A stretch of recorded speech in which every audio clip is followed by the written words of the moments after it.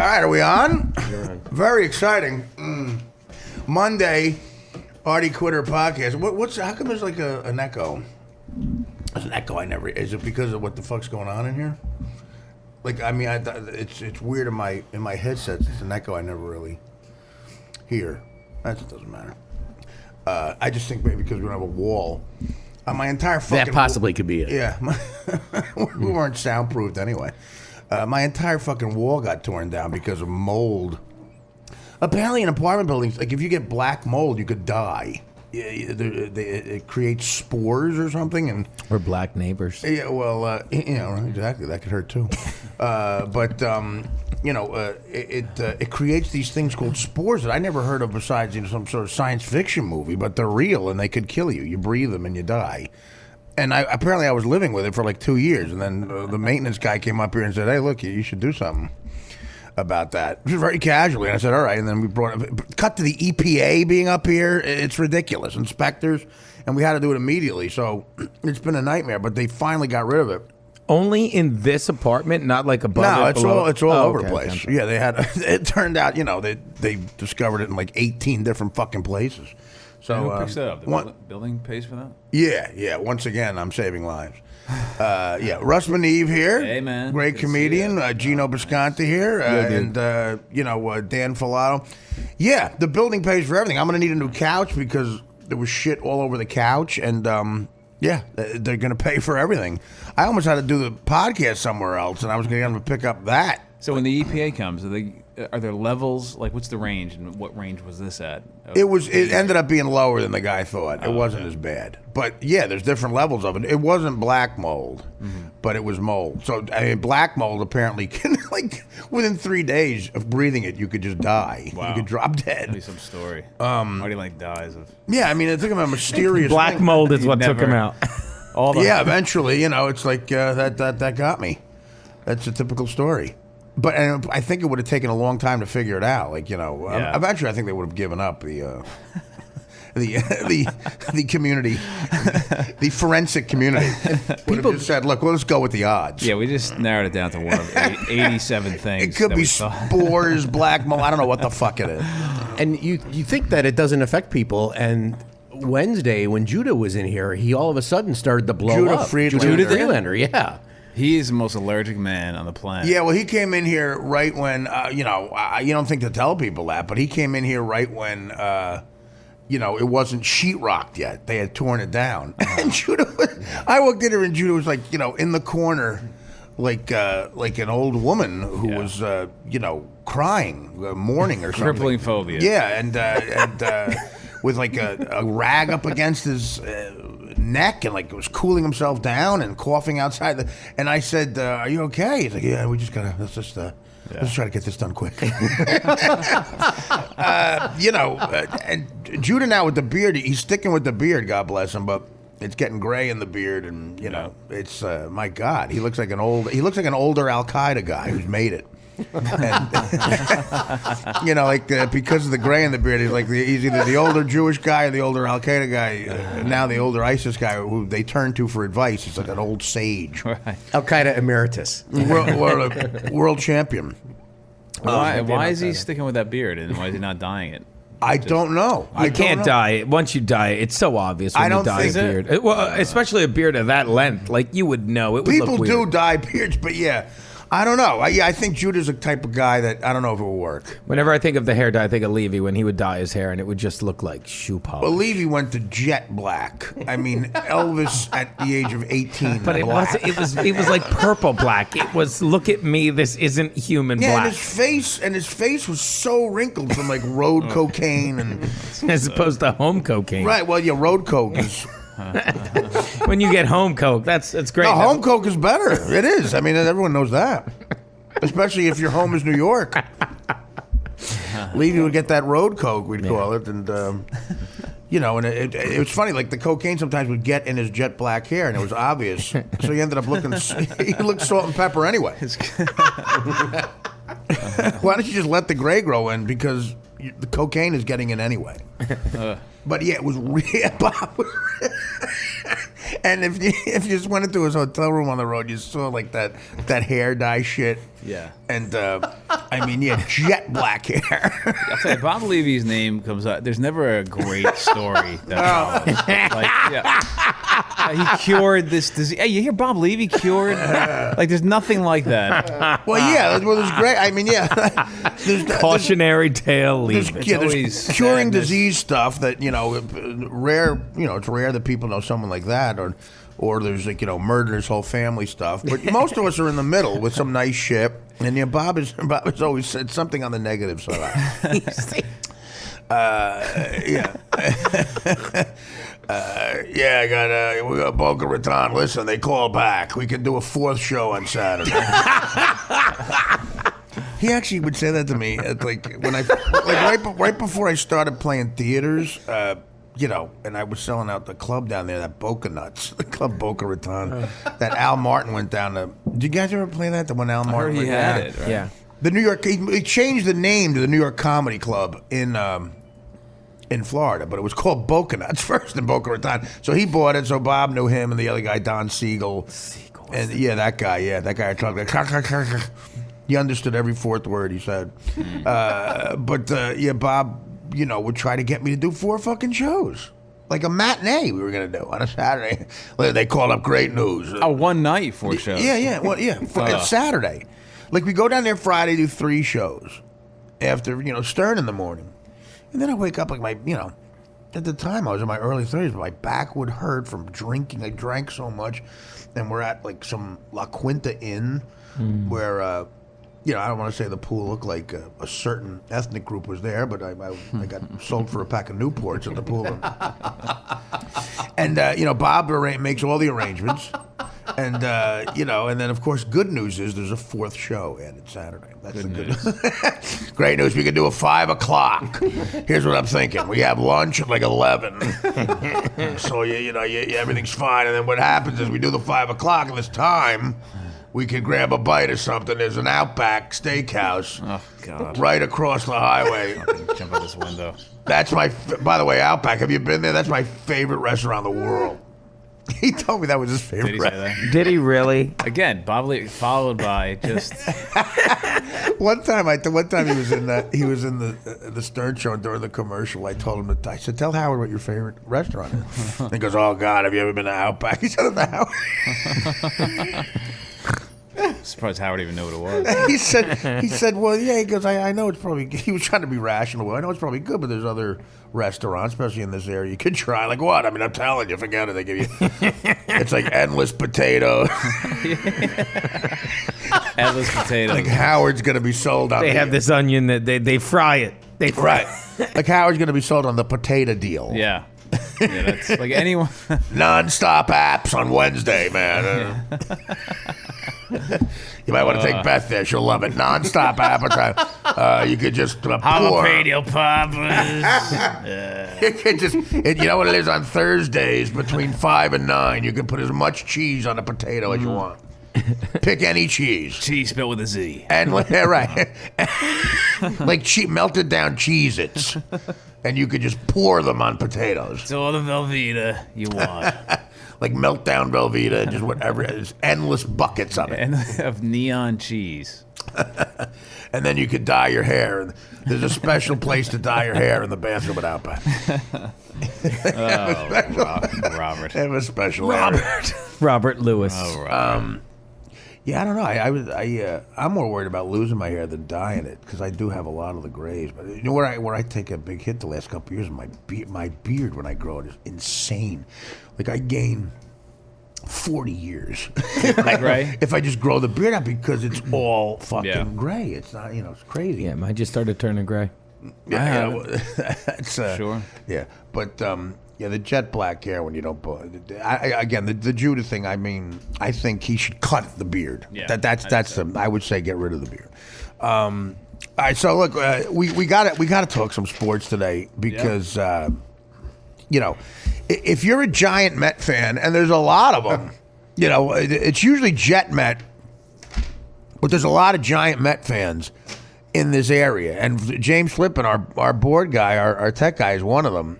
And a lot of them are very passionate people because, I don't mean this in a bad way, but more so than Yankee fans, really diehard Met fans tend to have nothing else in life. I don't mean that, And again, I'm not saying that in a No. I know you look at the game and you see Billy Joel there, and Billy Joel is probably just at the World Series.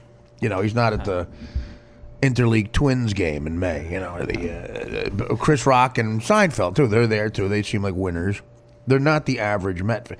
The average Met fan doesn't have a hangar of Porsches on the Upper West Side. So they're very passionate about it. And the Mets, they won in '86. So it's been 19 years since they got back, which compared to other organizations like the Cubs is an amazing record. But, this became a Met town. It got taken over. And they lost in 5 games and lost at home. And that's got to be rough because the last couple of games, Daniel Murphy, their hero, made big errors.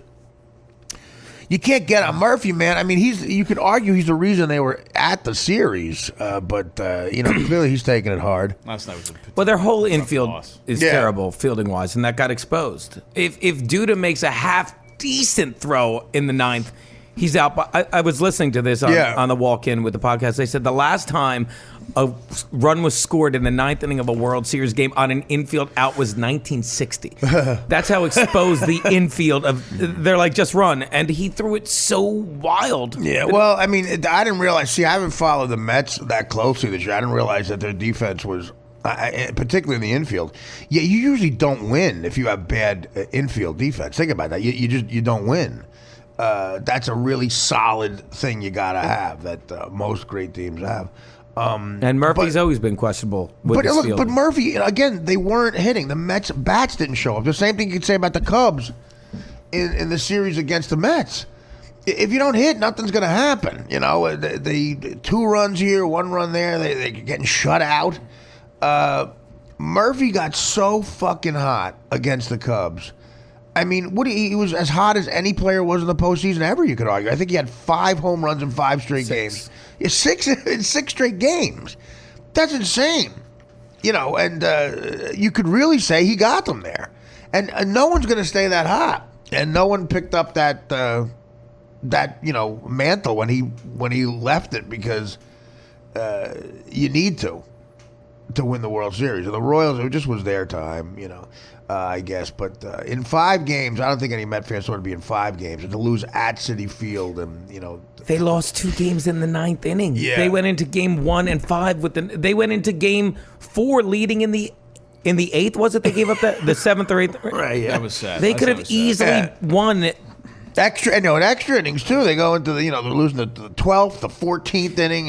But the Royals were the stat I was telling Russ that I heard that just blew me away is the Royals are so. First of all, they don't strike out. They had the best but they outscored the Mets in the last 7 innings, like 50 to 8, and they scored 40 or more runs from the 8th inning on in the postseason. No other team scored more than 5. Yeah. Champion rallies when right, but and this team in particular knows how to beat you at the very end. They come back, and they're all clutch hitters. It's on.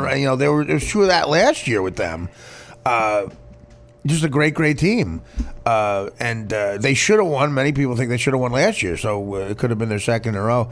But so again, so that's the Mets, but losing in a real heartbreaker. But the fucking Giants yesterday, that was like a Greek goddamn tragedy. Oh my God! First of all, it shows the inconsistency of Eli Manning. I really think a lot of times when I watch him lately that it's over for him. He should just retire. Him and his fucking brother. Honestly, it's like, give it to Cooper Manning. I don't give a shit. I don't have confidence in him. And he got 2 rings for the Giants the last 7 years. That's no quarterback does that. That's amazing. Thank you. Bye. Bring somebody else in. And then he has a game like yesterday. 6 touchdown passes. What did he throw for? Did he throw for over 500 yards? He threw for 350. Okay, 350 yards. No picks. No interceptions. Wow.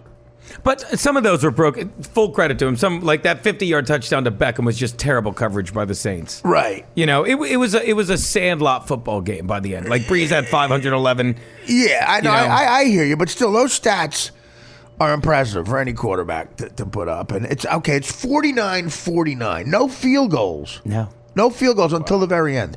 7 TDs on each side. 49-49. And then at the end of the play, the field goal kicker gets called for a face Wing. mask. The punter, Brad. I think Wing is his name, Brad Wing. I've never and I've watched a lot of football. I've never seen a face mask by a punter. So he punts I didn't see the game, but he punts the ball in the ground and he tries to tackle the guy. There's 20 seconds left in the game that has had nothing but touchdowns, 7 each side, 1 defensive by the Giants.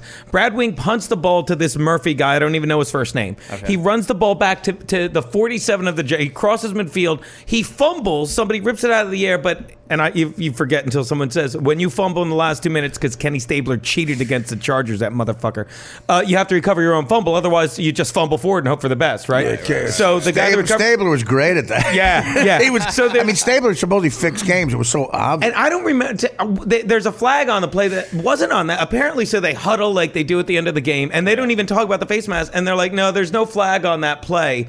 For whatever it was, and they said the flag is because you can't fumble forward, so it goes back to the 47. Right, they're like, but, and then they show the replay. He face man.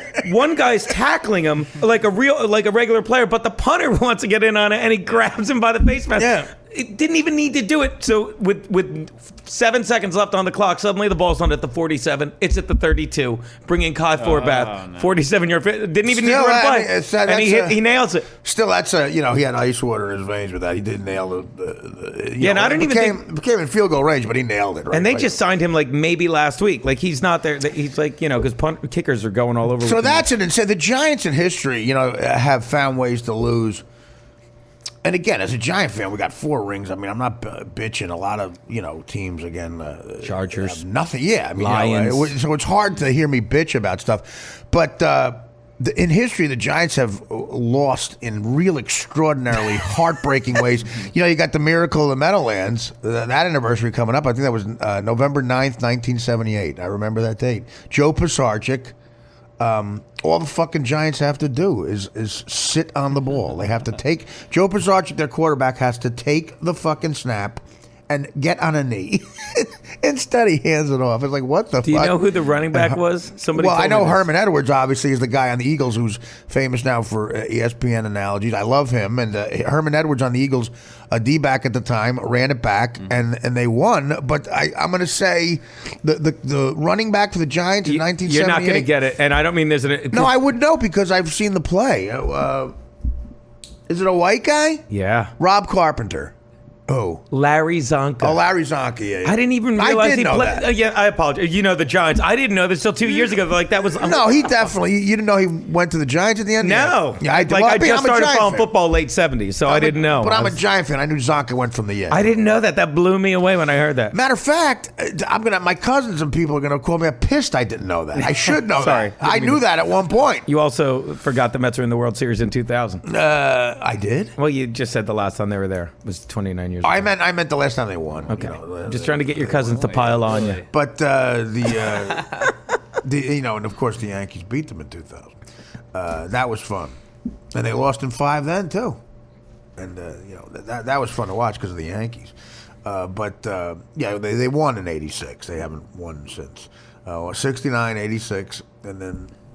And it's almost like a revisit. I just heard this too. Like Harvey wanted, and there's no winners here. Harvey wanted to stay in the game. The winners are the Royals. You're right. There are winners here. They're the Royals. So that's my There's mistake. no winners in this room. Harvey wanted to. They were going to pull Harvey, and he's like, it was like Buckner in the '86 series. They're like, leave me. He's like, I want to be on the field when we win it. It's not what Harvey said, but Harvey's like, don't take me out. And Collins took full blame. Listen, again, that fucking scene is what's wrong with not only baseball but the country of like kids not listening to their parents. It's gone into baseball now. These guys make so much fucking money. Matt Harvey, his manager. Terry Collins, who's like about a foot shorter than him and 40 years older, is clearly saying, I want you to come out. And Harvey gets in his face. Fuck you, sir! Like these fucking entitled little asshole spoiled kids. He's been spoiled since he's 12, Matt Harvey, on the fucking Little League field. And no one's telling him he's coming out, including his manager. He just said that's the real story. He just got in his manager's face and said, fuck you. You know what it looked like? It looked like that kid in Ferguson, the kid who got shot in that video of the Korean deli when he's in Michael Brown? Yeah, Michael Brown, the He's Korean still dead. deli. He's And still dead. The Korean deli, Michael Brown. Hey, Mary, that kid is. You watch that video, you know what that cop was going through. He's like 4 feet taller than the guy in the Korean deli, and the guy's like, "No, you have to pay for that, son, because you can't take stuff and just leave because we have a system." It's worked for years. Yeah, you pay for. I buy. You see what happens? I buy it from a group of people for a certain price. I put it in the store, and then what happens is I mark it up a little bit so I could fucking just barely feed my 11 kids. I mark it up just a tad. I mark up the ping pong paddle or the fucking the swizzle stick or the fucking Slim Jim. Just a little bit. I buy it from a big corporation that has a lot, but I'm a little man. And then, of course, if you steal, that sets me back like 4 months in my books.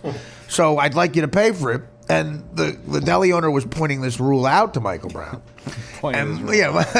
This way of life out to Michael Brown. No, you don't just take it and leave. I'm not sort of a thing in your house where like your coat rack where you just grab shit. Goodwill. And what happens is if you don't have the right price and you have too much money, what I'll gladly do is give you back what we call change. And so you don't overpay. You'll never overpay. You'll just pay what I want you to pay for it. That's the system, Michael.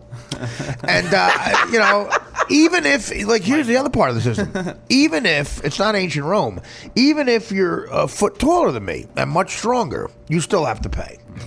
You can't just say "fuck you" to me and threaten to kill me, and then you not pay. No, the system is it's like an agreement. You won't do that, and I won't take out the shotgun behind my counter and blow your head off.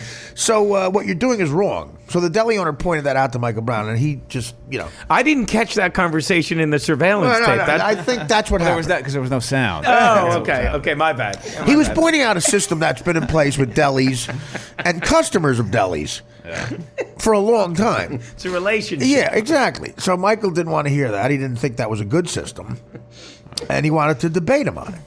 And instead of waiting for the deli owner to make his point again, he took what he wanted and yelled at him.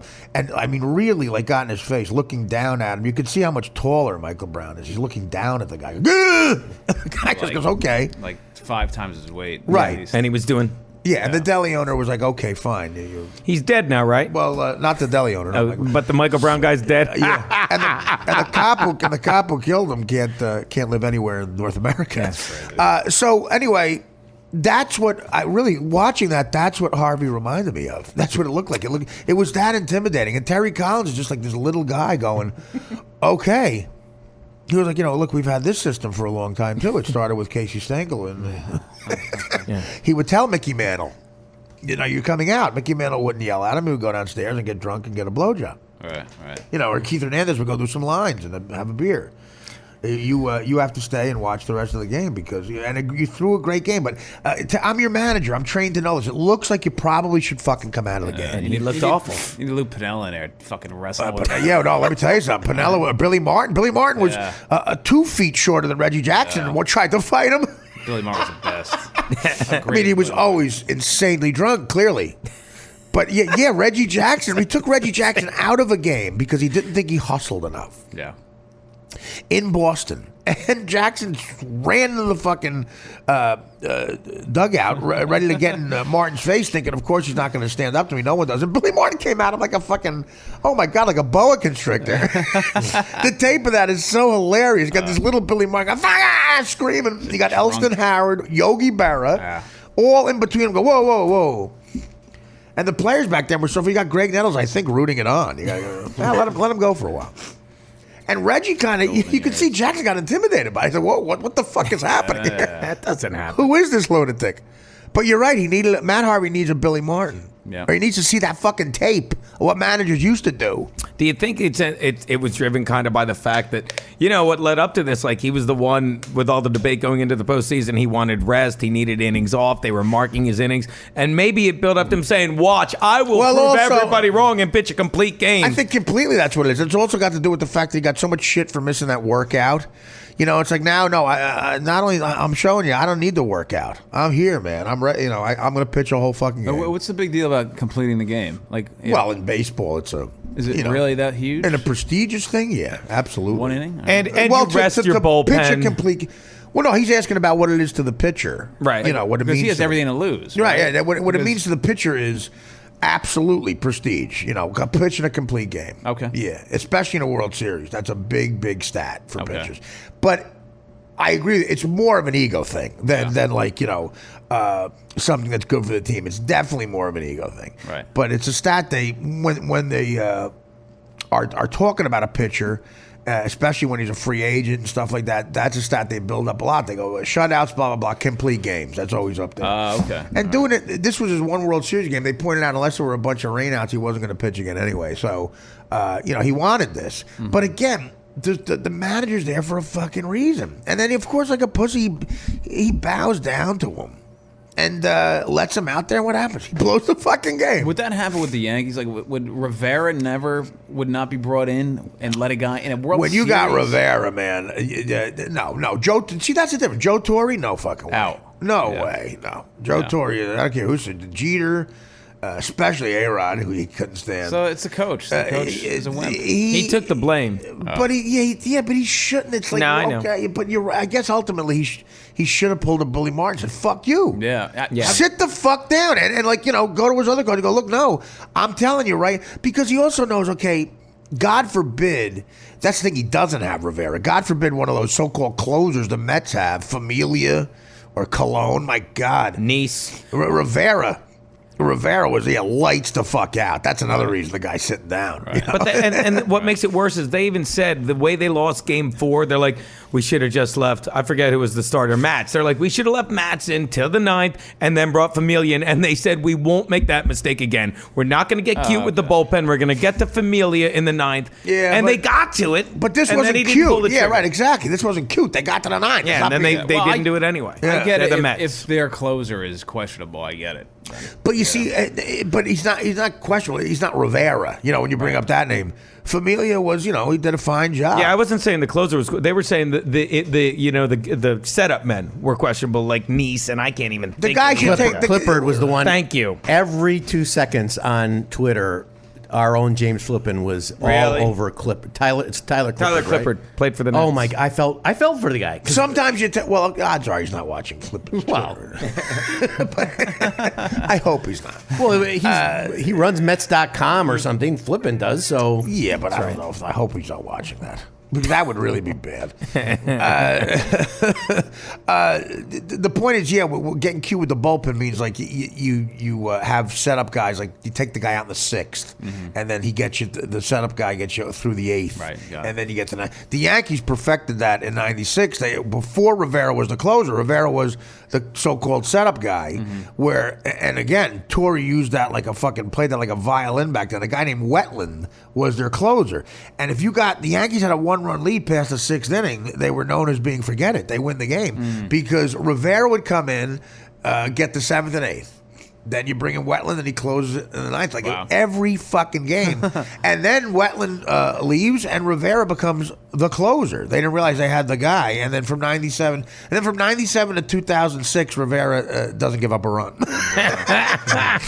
I mean, with one pitch. Yeah. with one pitch. Is that a real stat? He didn't give it one. No, I'm saying it was. There was though. No, there was a stat for a while. He He didn't give up one run that ever mattered. He broke he broke the record for not giving up a run. Amazing. And I'm exaggerating as Yankee fans do, but again, you see, that's a good point, Russ. Even the game has even changed since then.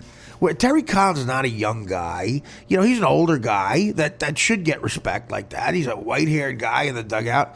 You know, a guy like that should get respect. But, you know, nowadays he makes a fraction of what Matt Harvey. I mean, Matt Harvey could pay Collins in the offseason to come over and mow his lawn. That's the kind of difference in money. Yeah. And that's one reason Harvey has no respect for him. And the other reason is because he's been spoiled forever. Forever. He was 24, 25. For 13 years, he's been the one, the chosen one. And he had an attitude when he missed that workout. He's like, you know, I'm sorry, blah, blah, blah. That got blown over, and now, you know, no, I'm staying in the game, and he blows the fucking lead. So, you know, what could have been a triumphant night, and what would have been his night, what I think Matt Harvey saw was walking off that field to getting the last out and walking off, like, the entire crowd going nuts because maybe that's the momentum thing. I got news for you. they weren't going to Kansas City and winning 2. It wasn't going to. The World Series to me was over. But maybe you could say momentum would have been on their side with a win like that. But I don't think they're beating the Royals in Kansas City 2 straight. It might have been over anyway. But just really, the Mets, that was a heartbreaking loss. So then the Mets, the Giants, and again, like flipping Met Giant fans, violence. You're talking about violence because they probably have nothing else. Maybe something. I don't know. Islanders? I don't know. You know, the Islanders. Rangers. Islanders are probably going to disappoint you. I think he just means in life in general. I think the point is being made. You go to the next sport, but that doesn't cover it. The Islanders don't cover it. I don't think. I think you want something like a family. A career with a job with benefits. These words mean nothing to me. Yeah, maybe a big video pic site that you run. The Prestige and that. Yeah, exactly. Something like that. Something else I got to point out about the fucking goddamn broadcast is, again, A-Rod. It's clear that maybe A-Rod is going to get a broadcasting job. I will not be able to deal with it. Did you pull the audio I asked for with the? Okay. Give me a minute. Here's a. This is the Jay-Z thing, right? Yes. Give me a minute. You gotta give me a second. Okay. He's a survivor, man. Well, again, Why'd they bounce Pete Rose after like Game 5? Well, he had lost money on Game 1. And Very nice. That makes sense. He made a bet. Well he made a done on bet. that one. He said, if I win the bet on Game 1, I can do Game 2. He blew his travel on Game 1. My per diem, I doubled down. Here's the deal, Pete. If the under-over comes in on runs, you got 7. But no, A-Rod is so like he Douche chills, right? Yeah, douche chilly sickening. Yeah. Just a fucking microcosm of like that metrosexual male with the perfect eyebrows, the hair, the suit, and he's saying stupid shit that people do not say in the book. What? Oh, nothing. I thought you were looking at me like you wanted to talk. Do you have it? Yeah. Okay, this is A-Rod said this, analyzing the game. Feeling pretty good, Kevin. We had a great team in 2009, and we were a confident bunch. Pete, every time we took the field, we thought we were the better team, and we were going to win that game. And I'm sure the Mets feel that way, or else they should feel that way. Right. But one great thing that happened for us in 2009 was we had Jay-Z and Alicia Keys. They came in and rocked the house in Yankee Stadium. They got us amped up. They got us excited. Kevin, we won the game, and we were able to go to Philly 1-1. Fuck you. Okay. Homo. What an asshole. Fuck you. Went to Philly. Fuck you. He said that to Pete Rose. Do you think Pete fucking Rose? No, it doesn't even know. Jay-Z, Alicia Keys. They rocked the house. Listen to him. We rocked the house. And you can see why every player hates his guts. And to everyone of you fucking asswipes on Twitter who say, oh, you're an A-Rod hater. In 2009, he had a great postseason. No, he didn't. He had a couple of big hits against the fucking Twins, including a home run. You know what he hit in the World Series against the Phillies? 250. I was at Game 2. He struck out 4 fucking times. Okay? That's when Jay-Z rocked the house that night, by the way. He struck out 4 times, and embarrassingly. You know what Jeter hit? 450. Yeah. Manuel should have been pitching Lee on 3. A-Rod was tired from dancing. He was dancing and rocking out. Kate Hudson in the front row. Kate Hudson in the front row of every fucking game. Oh, yeah, remember that? With her fucking magic pussy that made Owen Wilson try to kill himself. Prime time Kate Hudson. Yeah. Years, too. Right. Yeah, well, she was starting to lose it a little bit, but yeah, she looked hot. But again, you could see that, you could just hear the arrogance. Did he square with a producer? That's the point I'm going to make. I'm going to talk about the Jay-Z. Did a producer go, listen, throw it to Pete. He's got a great point. Throw it to A-Rod, Pete. He's got a great point. And Pete, you're going to love this point. It's about Jay-Z. That morning, I had my lucky tips done on my hair. That's what he looks like. Oh, the hair is perfect, like the even fucking that little blonde dyeing. We rocked the house. We were so ready every time we took the field. Yeah, and how about the fact that he's been on the Yankees he comes in 2004. He's been a Yankee now for 12 goddamn years. One World Series. And for the Yankees, man, that's a disappointment. We were supposed to win everything when A-Rod came. The Savior came. He stole him away from Boston. Yeah, exactly. They were going to get the Red Sox going to get him. And again, they could. I wish they would have got him. Terrible. So he'll probably get a fucking job as a. I can't have it. I can't have it. I won't watch baseball anymore. I'm telling you, if I ever had a son, I would, and he was involved on the TV, I wouldn't let the kid watch baseball. I'd probably, the kid would. I point him towards another sort of thing in life. He's not retired yet, is he? A-Rod? No. Yeah, but this is when they groom him. Yeah. I can't see him getting out. This is when Tom Seaver started, like the last couple years of his career. It's like this is when. Where's Jeter, by the way? Jeter wants no part of this. It's I think he clear. just got engaged to that Hannah. Hannah Davis. Well, that's been in the paper before. They try to nail Jeter down. Yeah, we'll see how long that. He was at some. He was at some black tie event with that Hannah Davis. Who There's just still a garage full of gift baskets. Well, yeah, that he's not throwing out. He's got a bunch more of Bernie Williams jazz CDs to give away. Well, they did it with who's it? Jordana Brewster was the one actress he came really close to. And they get him at a black tie event where they look sort of married, like long term, and then they print the paper. Looks like the ring. There's another ring. He's got 5 rings, but there's a 6th one going on this girl's finger. Blah blah blah. And what happens? I think that scares him away. I think if the chick sees that, she should run for the fucking hills. That scares Jeter away. So no, not yet. He wants no part of the booth. Clearly. I mean, look, he's a boring interview. Everyone knows. I mean, he doesn't tell the truth. If he told the truth, it'd be amazing. Right. Wow. Think about that guy full of truths here about shit on the road. That'd be great. But I don't know. So don't. If he gets married, man, I hope that's the thickest prenup ever. Oh. Ever. Of course it will be. I don't know. Sometimes these fucking broads, though, it doesn't matter. You sign stuff and. That Robin Williams case makes me furious. Apparently, like his kids are in a fight with the last wife he had, who's like this, younger, whatever. I guess he married the last 5 years of his life, and apparently they were just talking on vacation once, and he promised her something, like one of the houses, but it's not in the will, and she's just contesting it, saying no, he promised you. She got a lawyer, and they're entertaining it. The judge is entertaining it. Wow. And so why even have a prenup? Why have one? Yeah. His poor fucking kids are fighting this witch woman, and he was broke compared to like what he should have been. Everything can be contested. That's it. Every contract, anything based on nothing but her story. Yeah. That. Hey, we'll take a crack at it. The lawyer's like, why not? We'll take a fucking. Yeah, you're saying he's told us to on vacation? Well, yeah, okay. You have a tape of it? No. Well, fuck it. We'll just say he said it. No. Court systems. Just a documentary reference. Divorce Corp. Check it out. What is that? See the corruption in divorce courts. It's you can't. I love stuff like that. Dude, you'll lose.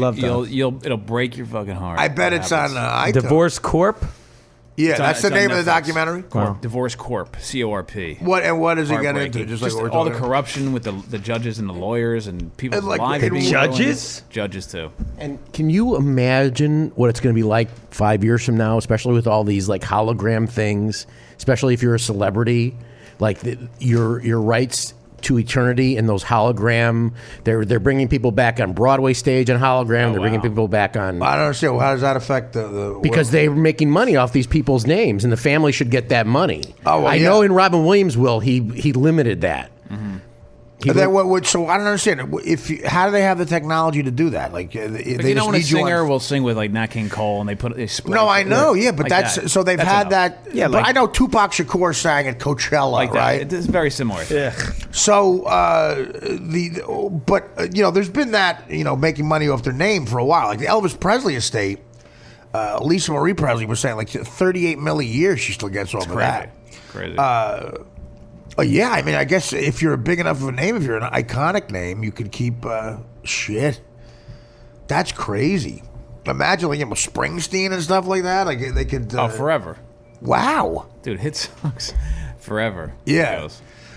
Picture Elton John songs, like those songs he wrote, like when you walk on an elevator and your songs are in like Muzak, that elevator music, that's mega money. And he, that Bernie Taupin guy wrote all the lyrics. All that supposedly that publishing the Muzak stuff here in an elevator, it's all Elton John because he wrote the music. Oh wow! All right, last year Michael Jackson alone made $115 million, most of it from the Vegas Cirque du Soleil with his 3D image. That's not even in sales of his music. Right. So wait! I didn't. His image is in Cirque du Soleil right now. Yes. Oh, God, I didn't know that. Amazing. Well, yeah. So I hope those kids are getting it, right? Yeah, I would imagine. Those fucking white trash fucking kids that he has. I bet the wife too. Probably she's. No, Probably I thought he meant the claiming- kids settled out of court with him. I honestly did. Yeah. That they could. I think they got a one-time price.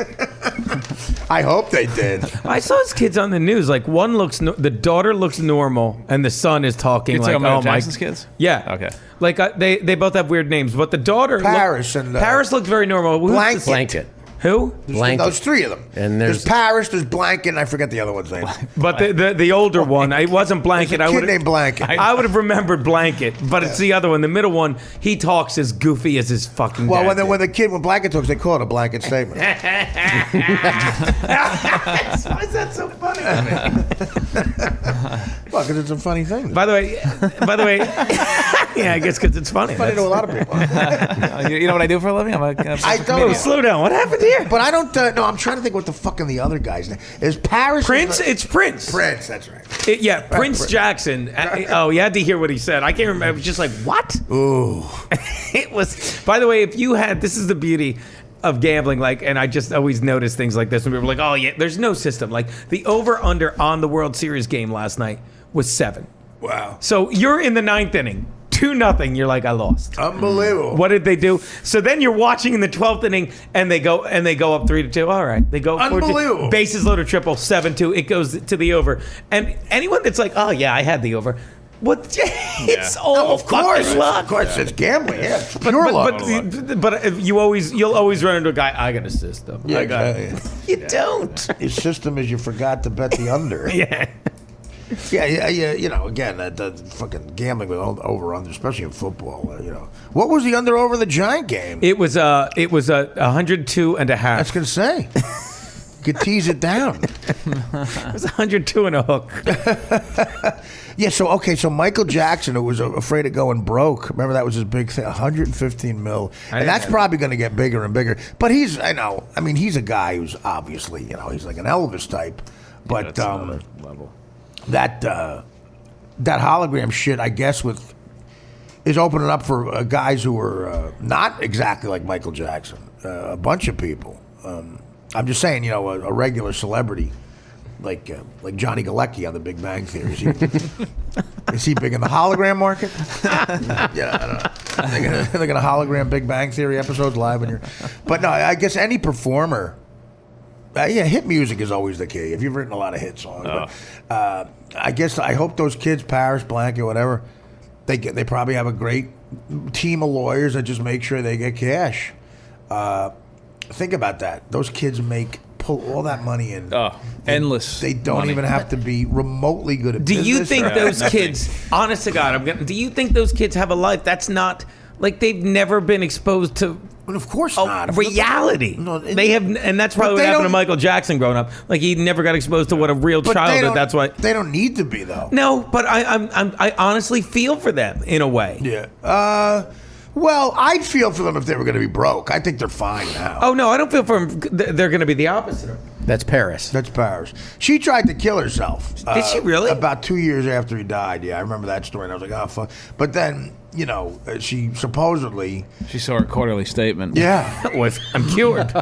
Jermaine showed it to her. But I just can't. That's just got to be pissed at Jermaine and Oh. Tito. Poor Jermaine. Jermaine, do you remember Latoya. Jermaine was bigger than Michael? Do you remember that? That When? time when there was a time when Jermaine was the teen sensation before Michael just fucking just rolled right over him. In like the late 70s. You mean? Yeah, like late 70s. Like he was the emerging thing, you know, and then Michael just what? There was a jealousy there because the whole when you read or you watch any documentary on Jermaine made the mistake, I think, of marrying Barry Gordy's daughter. And that kind of pissed off Barry. Him and Barry Gordy got, I don't know. He made a power play and got, and sort of, for some reason you could see it set him back rather than helped him. Right. And then, then Michael looks up with Quincy Jones, that first album. It's like, whoa. You know? Yeah, Michael was going to be stopped. Yeah, you just hear those early songs. You still can't say, like, starting something and all that shit. Those are just fucking hits. Unbelievable. Yeah, you listen to his old music and you get mad at him. You're like, what the fuck? Even did you see do? him. You see him in those concerts. Yeah, and you're like, what the fuck is your problem? Why did you ruin this? Wow, it's easy to lose your mind. I guess you're right. That level of genius. Most of them ruin it. Yeah. Elvis ruined it. Yeah. He was. I mean, clearly he was. You look at the documentaries. He was the worst drug addict in the history. Like made Jerry Garcia and Hendrix and Keith Richards look like Boy Scouts. I mean, he had an operating room, moved into his bedroom. That is something most junkies in the park can't do. It's the same story though. They both hit points in their careers they were being goofed on. Right. And the depression, and you see that slip away, and then just off. Your mind is off and gone. Right, and again, they point out that when his hair got caught on fire in that Pepsi commercial, he got pain medication, blah blah blah, and just one thing like that to expose you to that. And then if you're the kind of personality where you want to dull that pain, forget it. And he clearly had all these doctors. The one documentary I watched, there's a great show where it's about the last 24 hours of a person's life. Like it goes back and it shows the last 24 hours of Belushi's life, like what happened that led up to the death. Elvis they have, and one is Michael Jackson. And there was that one plastic surgeon in Beverly Hills. We would just go there and go in a room, and a nurse would give him a shot of morphine, just because he showed up with his kids. And he got to the point where he had to go back like 4 times a day, and he that guy was so. Wow. I don't know what happened to that guy. He was all over the news, but man, talk about culpable for something. Corruption. Just would shoot him up. 115 million. That's going to get bigger in Cirque du Soleil. Fucking money. I wonder if they could do it with athletes. Like maybe they could have A-Rod as a hologram striking out. Or giving his analogy.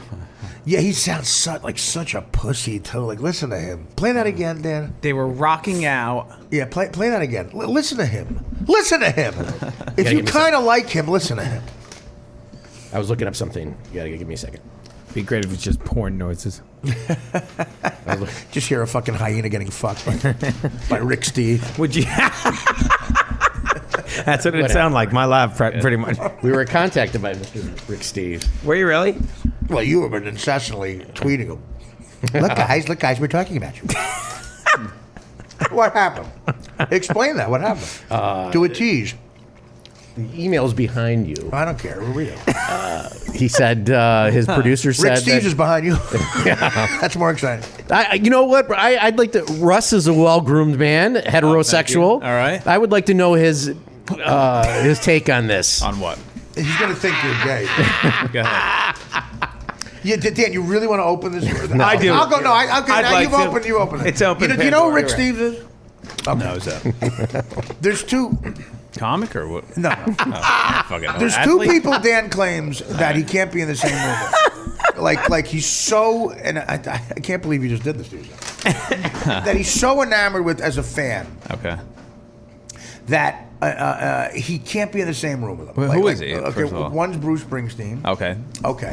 And again, he's a singer. I'm a big Bruce Springsteen fan, but again, at this age, I'm not. I don't get the shakes. I'm like the 16-year-old girl leaves. It really is great right? to see him, but it's awesome. But he also wrote, 50 arguably the best songs ever. Blah blah blah. A rock star. Yeah. The other guy in that league is a guy named Rick Steves. Okay. He has a travel show on PBS. Okay. And that's the story. That's okay, it. Okay. All right. But when we dug further, we understood that like Dan literally had met him once and couldn't speak to him, like how to leave the room. He's that impressed with the guy. But what is it about? Okay, now Dan. Okay, Dan. I'm going to give you a chance because you wanted Russell to win. At first, I'm going to give Dan a chance to explain why he feels this way, and then I'm going to play you a tape of Rick Stevens. Okay. Okay. Go ahead. Why? What? Tell Russ why. I just have watched him for 20 years, and he has this gene in him where he can go and ask for things and work his way in and out of situations in Europe that his books are really, really helpful. And I've been watching him for a long time, and I just don't have that gene in me. What kind of situations are we Just talking about? whether it be, making sure you're on the right train. Gets the shakes around him. And it's Europe on a budget. He really Through the back door. He's a travel agent. Wait, so give me an example of one of the greatest situations he's talked his way that was amazingly Which would impressive. make you like not be able to be in the same room. Like, was there one particular, like, what's his name again? Rick Steve. Like, whoa, Rick. Oh, my God. Did you see that, what he just did? I have no idea. Did you see where he talked? no idea where he you're blew going. by the 3-hour line. You know, at the Uffizi. He blew everyone on the 3-hour line. There's that hyena getting fucked again. Okay. But try to explain again, Dan. When you tell somebody, It's hard to understand. I mean, I get you feel that. I get that you're feeling it, but it's hard. Can you help me understand try you? a little more I- before. But maybe, Therapist Russ. Try one more I time. understand. But we'll play a tape for us of him, and maybe Russ will get it after a tape is played. But try a little bit more to explain it. Like I didn't ask. That's a good question. A situation. Give an Like, what was example. the one that really moved you? they didn't move me. I Well, just Dan, he has. you've been clearly moved by it. You can't be in the same. I don't sit and watch the TV Dan, shows what and up? cry. Yes, you do. No, Oh, I don't. Dan, it's No, I almost don't. Dan. You got introduced to him, and what happened? He got introduced to him, and this what happened? What happened? Locked up? I got cottonmouth. I couldn't. Wow. And he ran out of the room. He got Chris Cottonmouth. He literally ate a portion of it. Was he ever made aware of your feelings? by the FBI. I think my wife said something that that I'd been a fan for a long time, and Right. And, And he can, and it's just you were overwhelmed. And he couldn't believe a fan of his had a wife. Is he, Wait, is so he- what happened? Tell him what happened. Could you stay in the room? I just she tried to bring me over, and I just didn't want to meet him. Wow. I just Guy has a travel show. Wow. That's amazing. That's amazing. As a traveler. Has Dan sufficiently explained why? Well, I'm no, right? Well, it's hard for me to bridge the gap No, and right. understand. You'd say no, right? I explained it to him, to Artie, is that I've been doing this for a long time, since I was 15. I was 17 years old, and Joe Walsh pulled me up on stage in front of 70,000 people. So I really, Probably never happened. I love when he does that. So I just there are, What does that I mean? kind of What lose. does that mean? Why does that mean? I Why does lose- that explain Rick Steves? in you? I'm not nervous in front of Joe Walsh. yeah. What the fuck? That was a, So That probably never a happened. lot of people aren't. What do you want me to say? It's something that makes sense, Dan. So Could it You be open something this. deeper? You asked if Russ wanted to. He's not getting it. I want you to explain it to him. I just, you know that I'm heterosexual. Russ, He explains that you're a lot. a well-groomed man. He explains that a lot. He keeps going back to telling people he's had a. Russ, you know I'm a great comedian. Matter of fact, he screamed out.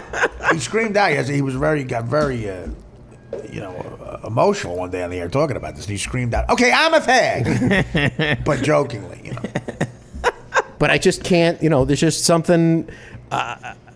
He has something that I don't have. I don't have that. I can walk into any situation, any hotel, any museum, and ask for like half price.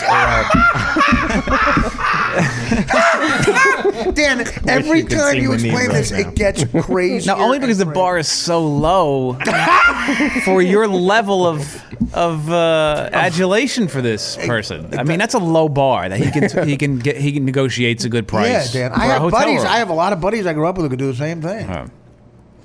I mean, he negotiates a good price. But for a hotel.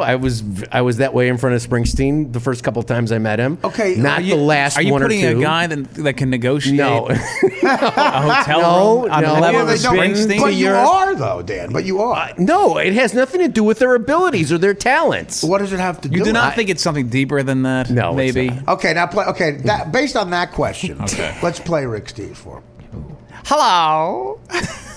Just to, you don't even know. Hi, I'm Rick Steves, back with more of the best of Europe. This time, Europe. we're enjoying the edible, drinkable, scenic, and floatable delights of one of my favorite corners of France, Burgundy. Thanks for joining us. That sounds like an SNL character. Like it's exact. Like he. Hello. Okay, no, keep playing it, Dan. You know, It's the theme song. I think it's something. I'm not saying. I'm not like trying to. I think you're. Make. What are you I trying think to it's something say? other than that. I think he maybe reminds you of an uncle that That touched used to you as fuck a you. child. An uncle with all hands. A priest I had. I think there's something more than him just having the ability to negotiate. Calm, he can- cultivated, serene, where nature is as sophisticated You as the hear people. that? The traditions are strong here. If you're looking for the quintessential French culture, you'll find it in Burgundy. now, in this show. if I were in the same room as him, I would run out too, but for a completely different reason. Just the word quintessential. He likes a lot of S's. He says, See the way- in one episode, he says Brussels 15 times. So it's obviously deeper than that. I mean, it's obviously. But not what that. would it deeper in what way? Like, what, I think that Dan feels that this guy gives him a sense of security in some way. He's You like a warm blanket? Like you would feel safe. The with this way guy he in the a way he that's travels through a strange region like all of Europe, and he does it so comfortably and easily. I see that. But I don't see that. that I don't see. Russ was kind of trying to Russ was help. kind of going down the street. I never heard someone go down. So what you explain that? Almost gay. Dan's almost gay. There's some affection that you have for him in the way that That's he is. sexual. That's No. maybe latent, unacknowledged. No. Yeah, Oh, it's later, acknowledged now. Something that makes sense. It would be latent homosexuality. Yeah. There's no not that you want to have Not that he would intercourse act on with the it, guy, yeah. but there's something where you would. Would I want to be on one of his tours? Yeah, absolutely. Why'd I you mean, use air 'cause he- quotes when you said tour? But there's Yeah. more than that, Dan. There's more than him just you having could be the on one of ability to his tours. negotiate. There's something about his personality that's tapping something in you. that I don't. It's something that I don't. It's have. not the negotiation thing, though. It can't be just that. There's Right. a million guys that would be your hero. Right, Dan. You know, there's something more to it. Exactly. He's pointing out there's a million guys who can do that. He makes you feel safe in some way, maybe. I just enjoy his programs. Okay, but that's not enough. You're very- What is it? There's Red Fox would be on your level. That's not enough. No, it isn't. find him- He's completely right, Dan. He makes you feel safe and he's soothing or something about that, right? Would you say? See, I think I'm getting somewhere. I think There's something meditative to watch the shows for me. That certainly is. Okay, but because it's meditative not the is- way my family travels, or certainly when my What wife and I family don't travel. travels She's like always that? yelling at me about something. So Right, but you're using a word like meditative, okay, but at the same time, you can't be in the room with the guy. You're so crazy when he's there. I didn't jump up and down and go crazy. I just couldn't. Dan, But you- Cottonmouth and had to leave is Yeah. pretty profound. Yes, absolutely. So it's beyond just him making you feel relaxed. And when you're always traveling with your wife, she's always yelling at you about something like, why don't you fuck me? no, that's not what she's. Trust me. He goes through Europe without getting fucked out of prices. No, but I think Russ is getting further than It's anybody. why don't you leave me alone? No, but Russ is getting further than anybody else has gotten. And once again, I would like to point out, Dan, you brought this up. It could be something that you're reminded of in your childhood. Yeah, somebody. Okay. Well, Russ is comedian, not analyst. So See, this is where he turns on. No, I'm kidding. You know I'm kidding. Piece of you. garbage. No, we don't know you're kidding. Dude, I don't even take that as an insult No, at we all. don't. Like when Mitch Williams didn't recognize him, he got all mad. Well, he's not. What is he, a Hall of Famer? Like, he gets real mad. The anger comes out of Russ. Like, what does Russ know? I mean, you thought Russ knew a lot. If Sigmund Freud were sitting across from me, I'd be. Did you really expect Russ to go? I completely understand that I've gotten cotton mouth. I thought he would know who he was. Why did you think he was that daddy? He's got 4 TVs in his apartment. You think PBS would be on one of them? No, no, he's heterosexual. There's 50,000 TVs at ESPN Center. Baseball was on PBS, okay? No, it wasn't. Yes, it was. When was it on? The Ken Burns baseball. Okay, the Ken Burns documentary about it. I thought you meant games, like a Twins fucking Oriole game. So, Dan, did this go the way you wanted? No, it did not. Did not? No. What? But what? Explain that. What is the deeper thing? There is no deeper thing. It can't be just that he's a good negotiator. There has to be, because the Springsteen thing is you can. I could tell. Again, the Cottonmouth thing is a lot, but I could tell people his songs. I relate to the songs. I respect his ability to write them and perform like that and everything. And you could explain it away with that. But a guy who could get a cheap rate at a La Quinta Inn, it's not La Quinta, whatever it is. La Quinta. No, I think there's something there's something about his personality that's tapping something in you. That's it. That's fair, right? Yeah. I mean, you're looking off. Yeah, he has this thing that I don't have. That he has this comfortability around other people. Mm-hmm. But there's so many people like that. Yeah, but not. When you watch his shows, he has it for people that he doesn't know. Okay, he can just walk into things and say, well, why can't I get into that line? Or why can't he, I don't have that. Enough for your husband? Are you stepping outside yourself and watching yourself explain? It's unbelievable. You really, I like. Let's go back to A-Rod. Well, no. who I feel totally comfortable around. No, but, okay, he has a fake email set up. In other words, when you log in on Apple TV, when I log in all the time, it says Filato Steves. Okay. Like, so Steves is in that. Right. He has this Rick Steves bag that he always carries. Everyone's trying to break into his account now. Filato Steves. It's. I'm gonna have to change it. Yeah, you are. Okay, there's another guy. Let's go a little further. Named Joseph Campbell. You know who Joseph Campbell is? Okay. Joseph Campbell wrote. I knew Steve's. I didn't know. Joseph Campbell wrote the book that Star Wars, according to Dan, Star Wars is based on it. Okay. Okay. Here's Joseph Campbell. There's another guy. I gotta pull him up. I had A-Rod back. Now this is wait. Let me ask, is it a very today. effeminate voice once again? Insanely. Wow. Insanely. Well, there is a bit of a pattern here that I'm picking up on. Now Springsteen, which is okay. Springsteen talks like a heterosexual farmer. Yeah, Springsteen sounds like he was just worked over in a bar saloon, like a real man. But I think Springsteen might be there. Springsteen to me might be there to cover. Joseph Campbell is an old man. He was an old man when this was. Okay, but so it's the same thing with him. You have this. Okay, then stay with it and don't let anyone throw you off. Have you ever read Sinclair Lewis's Babbitt? Not in a long time. Do you remember the last line? I've never done the thing I wanted to in all my life. That's Joseph Campbell. Quite a That's minute. the man who never followed his bliss. Well, I heard that line. I was living in Bronxville when I was teaching at Sarah Lawrence. Before I was married, I used to be eating out in the restaurants of the town. Okay, good. For my lunch and dinners. So what do you think? He doesn't sound gay, I don't think. Thank you. Does he sound gay? That guy? Yeah. The first guy is clearly. Yeah, but this doesn't. This guy just sounds like it could be. By the way, the first guy is married and kids. No, he's not. Yeah. That's a farce. Come on. He used to travel with his family, I don't and maybe know. that was. Maybe so many that's gay it. guys. You like the ability for him to cover it up. Yeah. Wait a minute. Maybe you feel as though you're right? He's good at, throwing off the scent. Master of disguise. There's nothing. Bisexuality is okay. Yeah, shut up, I don't. Russ. All right. I'm just saying. I see nothing wrong. It doesn't seem to be okay where... I have many gay friends. I have no problem with it at all. Yeah, no. Would you like one more?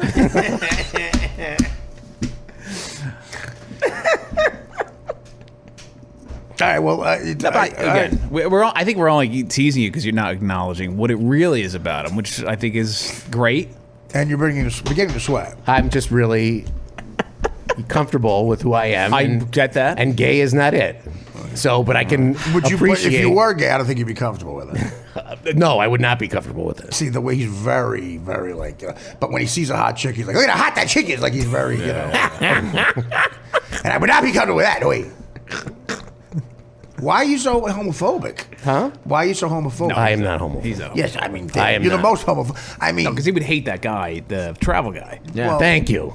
yeah, Right. but well, so you're admitting that the travel guy's gay then? Huh? He's. I don't care. I don't know what he is. Exactly. I hate him. Nothing further on. But it was That's he enough, Mister. he traveled with his family. Exactly. I'd hate him if I were homophobic. I'd hate that faggot. You don't have to answer that question, Dan. You don't have to answer that question. I want to Dan. give you the level of anger in Dan, especially with certain celebrities. So he's telling me a story yesterday about Harold Reynolds, the guy who The baseball player. the guy he does the baseball games. Yeah. And this is why Dan hates his guts. He hates his guts. So tell the story. He's black. Next story. The year that the All-Star game was at Cleveland, it was a. That Yeah, doesn't okay, matter, whatever year right? it was. I was on the field. 90s, late 90s. I was on the field. I had spent a lot of time that summer with Cal Ripken Jr. Okay. And he was in Chicago a lot. He was doing a lot of commercials, and it was, the streak was coming up, and I had spent a lot of time with him. So, and my friend, Luigi, the chef friend that was friends of myself and Mark Grace, the baseball player, we went out with Cal a bunch of times when the Orioles came to Chicago. So we were on the field with we were on the field with Cal Ripken Jr., and we were talking to him for about 25 minutes at the All-Star game. And Harold Reynolds came up to me and said, "Hey, a buddy of mine told me that you're friends with Mark Grace." I'm like, "Yeah." He goes, "How do you know Cal?" And I said, "I'm just friends with Cal through Mark." And he goes, "Is there any chance I could get an interview?" I'm like, Harold, don't. I knew Gerald was a player. I said, I'm really, everybody was asking Cal for interviews at that time, and I just felt uncomfortable asking Al, and I wouldn't do it for a guy I didn't know. Mm-hmm. So I just said, I don't know, just, what, why don't you put your number on a piece of paper or something, and I'll give it to Luigi, and Luigi can give it to Cal or not, because he was much better friends with Cal than I was. That's fair. So Okay. that's what I did. So Luigi gave it to Cal. Cal did the interview. The next day, we're at the Cleveland airport, and we're in the Cinnabon line, and Harold Reynolds is behind us. And Luigi points it out. We were all of us were hungover. Luigi said, "Hey, Harold Reynolds is behind us." So I turned around. I said, "Hey, how's it going?" And he wouldn't acknowledge me. I go, "How did everything go with Cal?" He wouldn't acknowledge me. And No, he said something like, I'm trying to And he said, no. So then I said, and then so Luigi said something to him like, "Hey, how?" Luigi had this term, "don't stifferonius" or stiff, whatever. It was some weird Italian. Yeah. It was some. He left this part out. Some weird Italian thing, and Harold just said something like. You'd think that when I'm in line at the airport, I could stop being bugged by fans. Hey, fuck you, So he didn't you recognize asshole. He didn't recognize Dan.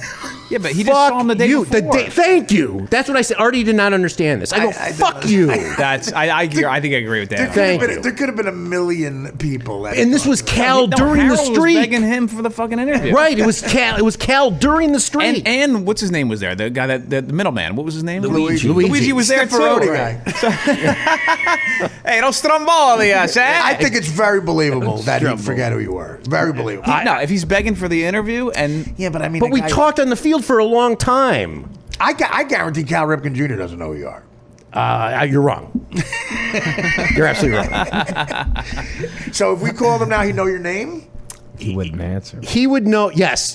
He would know that I was Mark's roommate. I'd say Dan Filato. And he'd be like, Dan Filato, the guy that's in love with If that you travel said- guy? Well, if you said, my friend David Kaplan interviewed him about 3 weeks ago because he had to do something at Wrigley Field promoting something, and Cap went up to him and said, So you made a scene at the airport, though, is my point. I The was level of pissed. anger was I go, like, fuck you. fuck you. You don't want to be in a business end of Dan's temper. That's for sure. You see the guy that's in love with that travel bag? And what'd you say to him? Huh? I just said, fuck you. I said something like, Fuck you. yeah.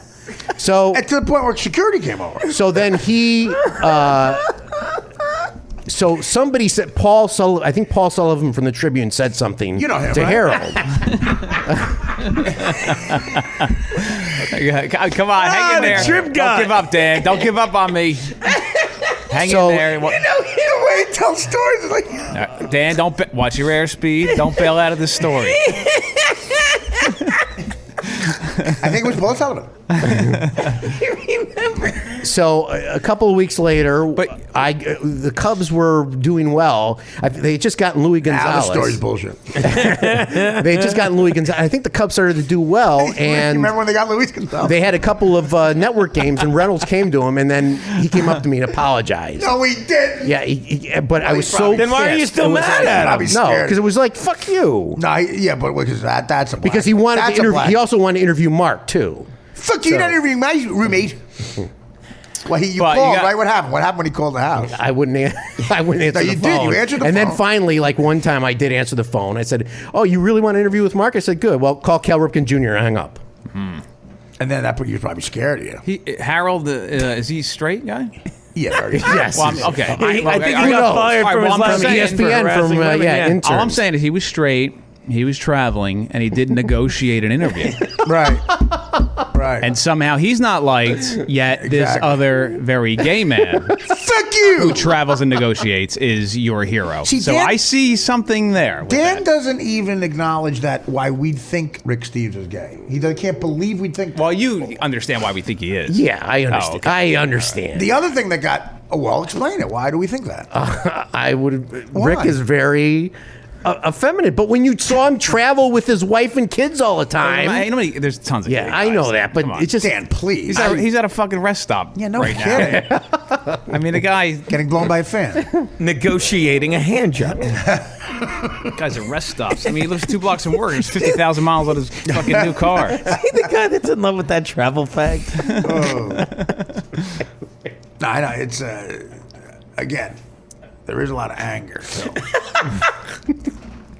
A lot of anger. you should talk over there. I didn't Get do him, Dan. You know what else he got mad at? He got mad at the other day that we thought Bob Levy was more masculine than him. Bob Levy's the most masculine man we know. You know, it's funny. I haven't seen Bob Levy in many, many, many years. Right. Many years. But he seems like a guy, like a real. He's a masculine guy. So Yeah. Dan got mad that I said to Dan, well, you're not as masculine as a guy as I think a we man's use man. heterosexual because masculine Well, and now, no whatever. disrespect Yeah, like to a Bob, man's man. but he's Not as very man's man as Bob. heterosexual. You know, Right. I thought you would. And Dan goes, of all of Artie's friends, I thought you would be the one that would say, "Okay, let's stop the madness." No, well, I'm saying I don't think What do it's you- bad. I don't think it's bad that you're less masculine. He's like a Neanderthal, for Christ's sake. So I think you're more refined than fucking Bob see, Levy. there's is. something in Dan that has to be known as in other words, he's scared if Yeah. people don't think of him as that man. I don't think that's true. Yeah, he was very upset. He goes, "How dare you think that?"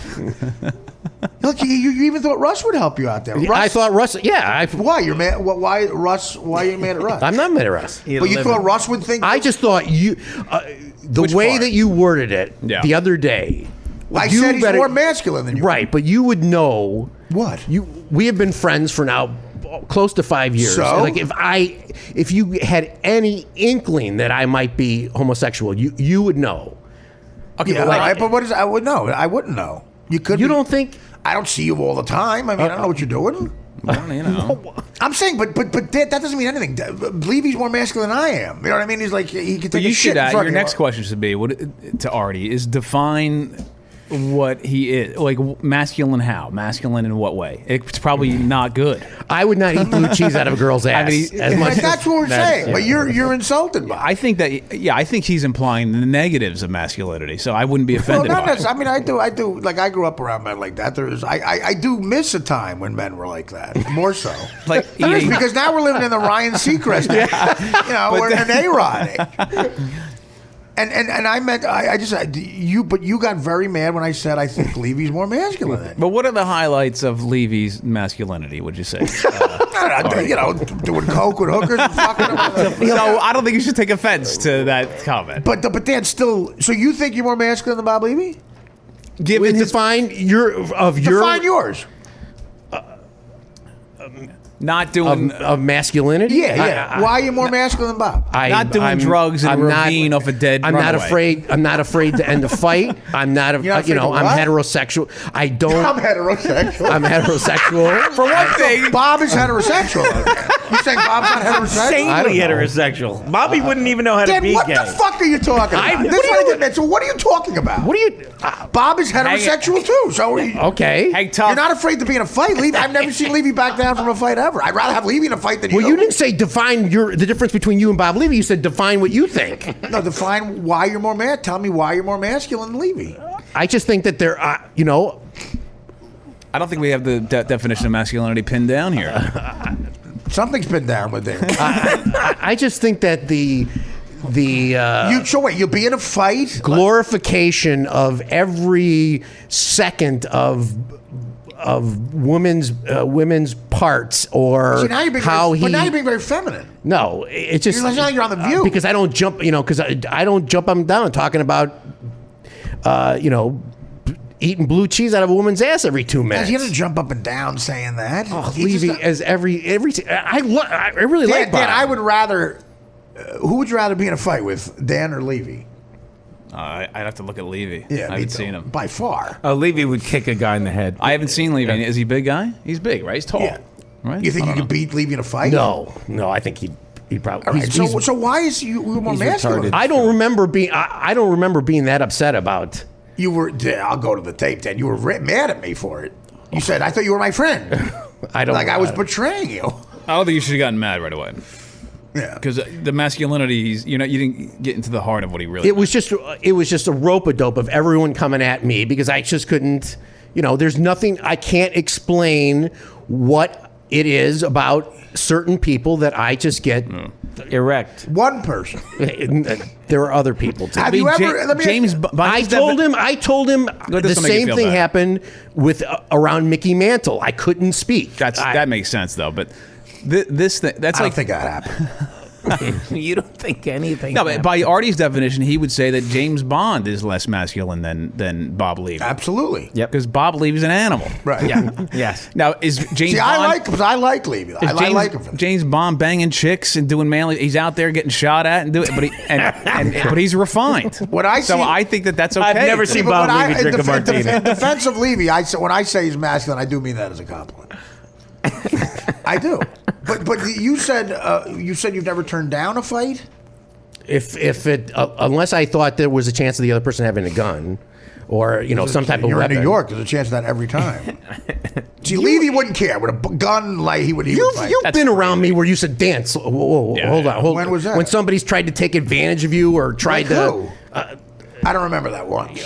Take advantage of me. Or somebody's said something to you and I've gotten really mad. I don't remember that once. Yeah, there's been times when you've told me to. Well, name a time. I don't. But I know there was one time. Dan, relax. Don't get upset.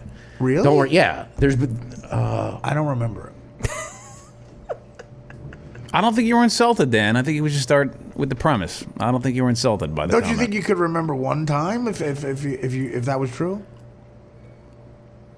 I'm trying to think of where it was. I think you're a very loyal friend. I've never remembered you getting in somebody's face. I've gotten so mad sometimes and I've seen him get mad. I think he would jump in on something to protect you. I think he would. we were in a public thing one time when somebody took a shot at you. Somebody took a shot at you. Not tried to hit you or something, but they a shotgun. they were What'd they and say? there was somebody was there. Maybe your mom or sister or Dude, maybe no. Adrian was there, and You're and you were making like, something. whoa, calm down. You're making something up. My mother and sister are there now? There was some. How are your mother and instance. sister? Well, what was it? I'll think of it. I'll remember because I remember one time you grabbed me once. So come, I got this. He remembers you grabbing him. That's interesting. I don't remember that. But, again, you haven't defined masculinity to me. So you're heterosexual and you're willing to get into a... Why are you more masculine than Bob? I just don't think that pronouncing it all the You're giving time. ways why you don't think he is. Why How about you just say more? you're not masculine in the ways that Bob is, which is a fair, Absolutely, which is okay. but I really like. You're pointing out everything that someone on The View would point out. You are. I don't think, glorifying women's parts. But I got to say, the travel guy's not helping your cause in any way, Dan. But I like that. I like that about you. That You do? He's comfortable with himself enough to say. Well, no, he's not. He's But I not think- comfortable to tell the whole truth. Yeah, whatever. All right. I think leaving the room in a sweat is odd. With that guy, but it's all right. If you walked in here now, what would happen? Now I'd be fine with it. He'd be mad at him for causing all this. I don't think you'd be fine. I'd be fine. Dude, with it. he runs over to me. He tweeted him back. He ran over to me and goes, "Look." You were so excited. He said, "Look, he tweeted me back." If Bob Levy killed that traveler, would you fight Bob Levy? That's brilliant. I'd take over the empire. I think the travel empire. Would you confront Bob if he did that? Killed Rick Steves? If he killed Rick Steves. While Rick Steves. It depends. You know, if Rick, I don't know. What would be the reason why Bob would kill Rick Steves? Okay, so it's late. It's late. Bob's got another show that he added on, and he doesn't have any more blue cheese. And Steve, whatever his name is, Rick Steves is. There's one more thing of blue cheese at the place. They happen to be in the same place, and Rick Steves negotiates the cheese for himself. Given his level of talent and he gets it, and Bob says, "I got a fucking show to do. You know what I do with this blue cheese? Come here, Steve. And you know how important this fucking blue cheese is. What I'm gonna do with it compared to you? You know, negotiate. And he kills Rick Steves. What does Dan do? Come here, Pally. I don't know what I would do. Wow. I would not be. You wouldn't be in the room. I don't know. Right. I don't know. He would have gotten cottonmouth long He before. would have cottonmouth gone long before that. All right. Have you ever gotten aroused watching? No. Never? No. Have you ever pretended a woman you were with was him? Like, No. sort of like, all right. No. You ever pretended a man you were with was him? No. Of course not. No man can live up to that. All right. Listen. At 49 minutes, we were talking about A-Rod. No, okay, wait. I had open my. No, listen. We're fine with that. I'm glad you brought this up to us. We'll close it.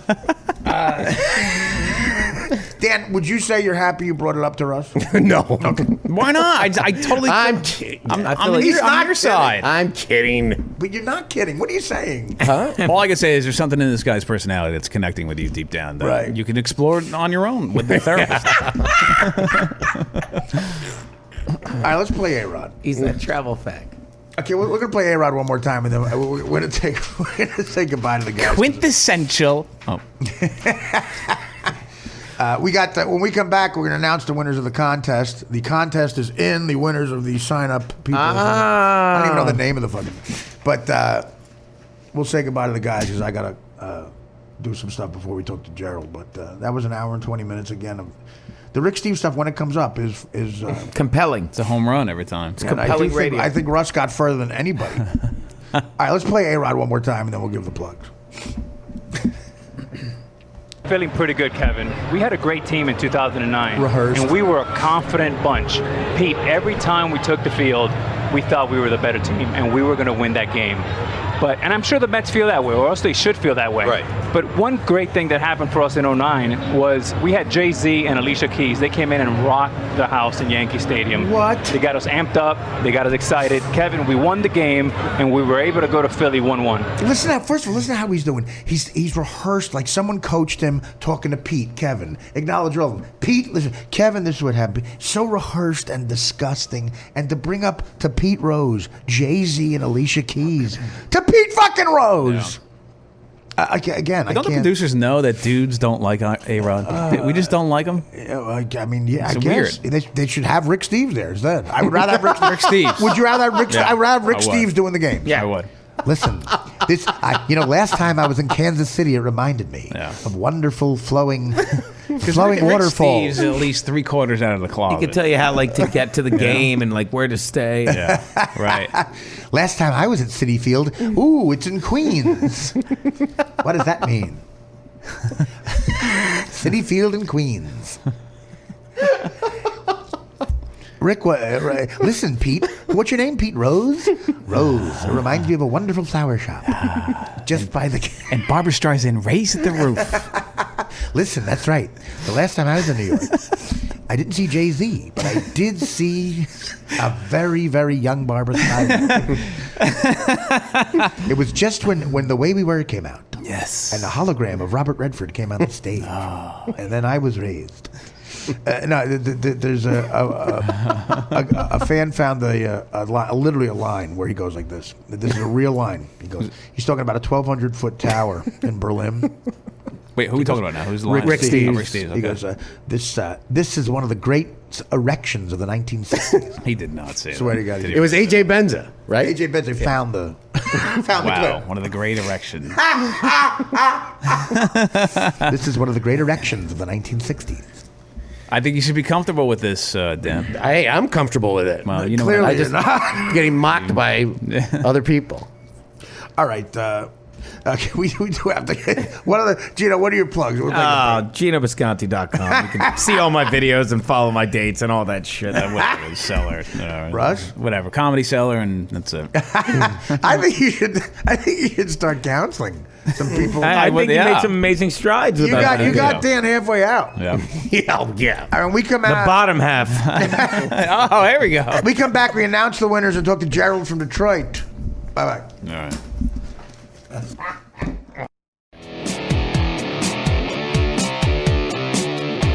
Gerald. Yo. Hey man, we're not on the air yet. I'm just saying thanks for doing this, and I'm glad we're talking, brother. Man, bro, you don't understand, bro. All right, we'll get into it on the air. I'm gonna introduce you now, okay? Appreciate it. Thanks, All right. Art. Hey, welcome back to the Artie Quitter podcast. Russ and Geno took off, and because I wanted to have a more of a one-on-one moment, or one-on-two moment, really. Dan and I, been doing this podcast since day one, and an original gangster, as you want to call it, from the Detroit area is Gerald, and he's been a great supporter of the show since the beginning, and he's a good guy. I've talked to him on occasion because he started doing some stand-up and wanted some advice on that, which I gladly gave him. And, just a good guy. He's a guy who wanted to be the head of the Artie Lang Black Fan Club, which, Artie Lang Black fans matter is all I have to say. And we saw the other day, obviously, this car crash that Gerald was in.